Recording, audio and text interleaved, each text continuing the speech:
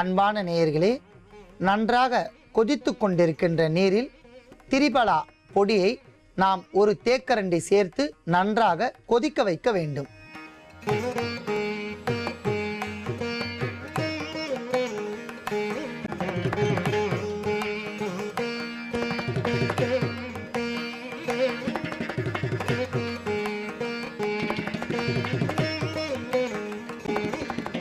அன்பான நேயர்களே, நன்றாக கொதித்து கொண்டிருக்கின்ற திரிபலா கஷாயத்தில் நாம் 90 கிராம் அளவிற்கு எடுத்துக்கொண்ட இந்த வெண்குங்கிலியத்தை மூழ்கும்படி செய்து சுத்தம் செய்ய வேண்டும்.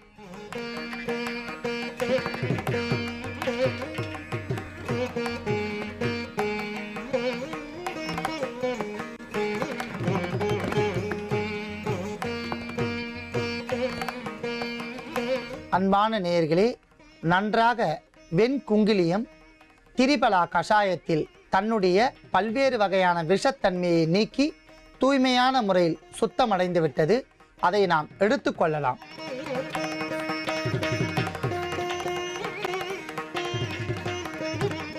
அன்பான நேயர்களே, இவ்வாறு எடுத்துக்கொண்ட இந்த குங்கிலியத்தை அந்த துணியில் இருந்து பிரித்து தனியாக எடுத்துக்கொள்ளலாம்.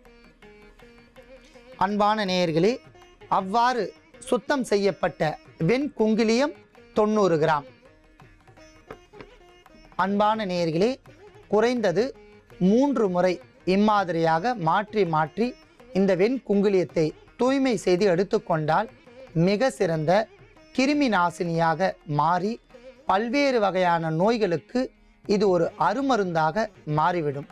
அன்பான நேயர்களே, மிகவும் சித்தர்களால் பல்வேறு வகையான மூலிகைகளை எவ்வாறு சுத்தம் செய்வது என்கிற இரகசிய முறையை சமீப காலமாக நாம் ஒவ்வொன்றாக பார்த்து வருகிறோம்.